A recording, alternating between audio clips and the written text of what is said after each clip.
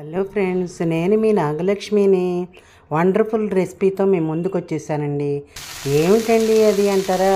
Veg noodles అండి. సరే, ఎలా తయారు చేయాలో చూద్దాం. వీడియోలోకి వచ్చేయండి. బీన్స్, క్యారెట్, క్యాలీఫ్లవరు, ఉల్లిపాయలు సన్నగా తరిగేసుకోండి. క్యాబేజీ సన్నగా తరిగేసుకుని నూనెలో వేసేయాలి.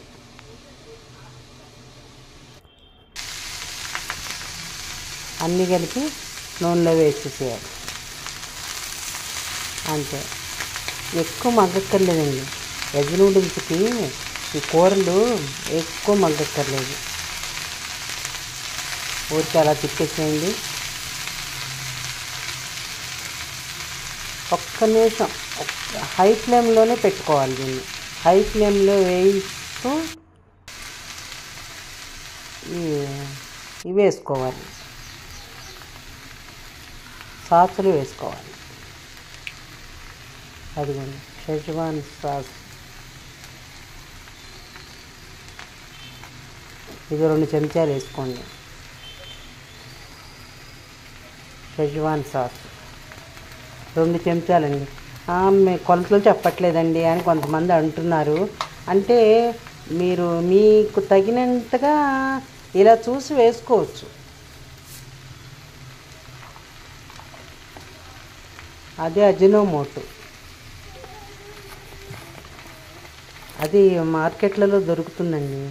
అమెజాన్లో అట్లా దొరుకుతుంది. మిరియాల పొడి, ఎందుకంటే మనం కారాలు ఇంక వేయం. ఈ షెజ్వాన్ సాసు అది కలరు, తర్వాత మిరియాల కారము, పంచదార.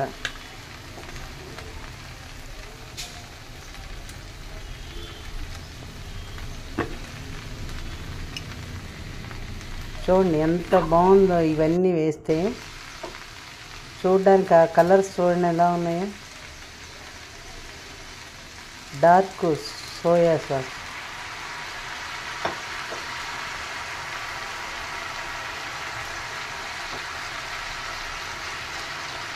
పన్నీర్,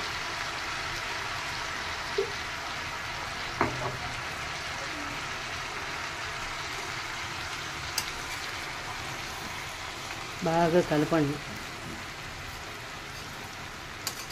అంటే కొంచెం హై ఫ్లేమ్లోనే పెట్టి వేయించేసి, మరీ మగ్గినట్టు కాదు, వేగినట్టు అవ్వాలి.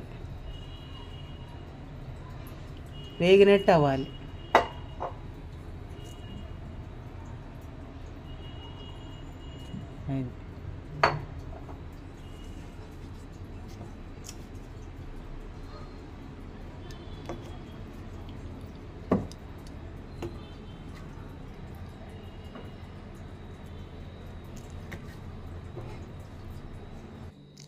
ఈ సాసులండి అవన్నీను. ఇదేమో మనం ఏం చేయాలి, వేడి నీళ్ళల్లో ఈ వేసేసి ఉడకబెట్టాలి.